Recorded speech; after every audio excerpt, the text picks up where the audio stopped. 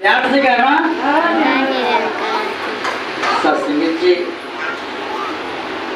अभी अभी हमारे बीच सभी संत महात्मा एक ऐसे महात्मा का जिक्र कर रहे थे तो दास को भी बहुत अफसोस हो रहा है। उस सज्जन पुरुष को, उस महात्मा को, उस संगम जी को दास ने अपनी वर्दी देकर के उन्हें सेवा दल में खड़ा भी किया था। सत्संग जी, महात्मा का जो बाणी निकलती थी, चाहे अंदर से कोई कुछ भी रहा हो वो तो निरंकार ही जानेगा, लेकिन जो उनकी भाषाएं निकलती थी, जो उनकी बाणी निकलती थी, वह सत्संग जी बहुत बढ़िया होता था, इतना मनमोहक होता था। क्योंकि सत्संग जी संपूर्ण पवित्र अवतार वाणी में प्यार से कहना, ना मीठी बोल बनाए तू हीरे जैसा जीवन तेरा, कौड़ियों बीच मिलाए तू। आँख के आगे राम खड़ा है, आँख न बिल्कुल खोले तू। सत्संगत, संतों की वाणी, संतों की भाषा बहुत बड़ा मायने रखता है। आज अचानक सत्संग जी दास के पास कल व्हाट्सएप पे गंगा के महात्मा श्याम बिहारी जी उनका फोटो भेजे। मोहन दास के पास महात्मा इंद्र जी का भी आया, श्याम बिहारी जी भी फर्स्ट में किए, ऐसा ऐसा घटना घटा। दास सोचने लगा कि जो भी हुआ ये निरंकार की ही इच्छा थी। क्योंकि सत्संग जी कहते हैं कि जीवन मरण हानि लाभ जस बजस ये विधि के हाथ होता है। इसे सत्संग जी हम नहीं समझ पाते कि कब हमारा हानि हो जाएगा, कब हमारा लाभ हो जाएगा और कब क्या हो जाएगा। सत्संग जी किसी को पता नहीं है।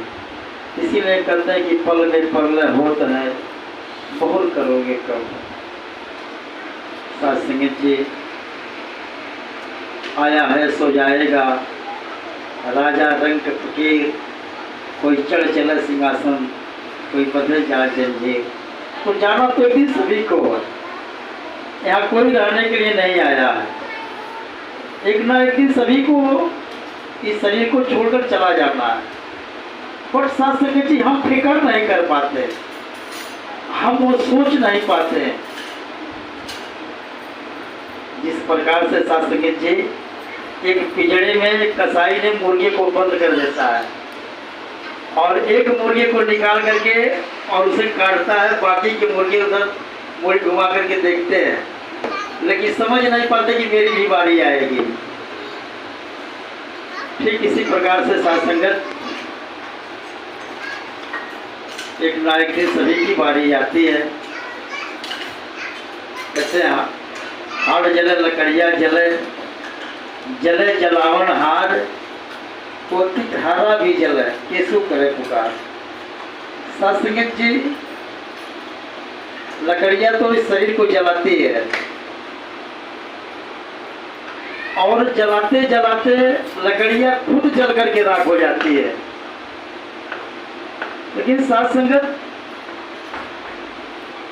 जो उस चिता में अग्नि देता है, उसका दिमाग उस समय काम नहीं करता है कि मेरा भी गति यही होगा। सत्संगत जो उस तमाशा को देखने वाले होते हैं, जो उस बराती में शामिल होते हैं, उनका भी एक दिन वही गति होगा। सत्संग जी, उसी घाट पर अगर हम किसी के मुख में अग्नि दे रहे हैं तो कल मेरी भी बारी आएगी, मेरे भी मुख में कोई अग्नि देने वाला होगा। तो सत्संग इस प्रकार से इंसान इस दुनिया में आया है और इंसान अगर आकर के अपने लक्ष्य को प्राप्त कर लिया, अपने लक्ष्य को जान लिया, तो साथ संगत सबसे वह सौभाग्यशाली होता है। क्योंकि दुनिया में आना तो हर कोई आता है, लेकिन आकर के साथ संगत जी यूं ही इसी तरह से अगर चला जाना, तो फिर साथ संगत जी वो आना सार्थक नहीं होता।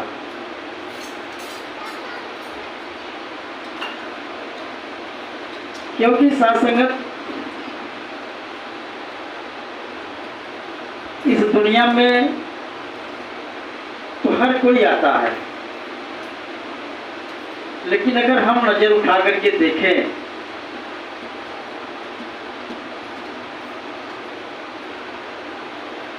तो साथ संगत इसी दुनिया में कोई ऐसी की जिंदगी जीता है, इसी दुनिया में कोई रो रो कर की जिंदगी जीता है। अभी साथ संगत जी दास सुन रहा था,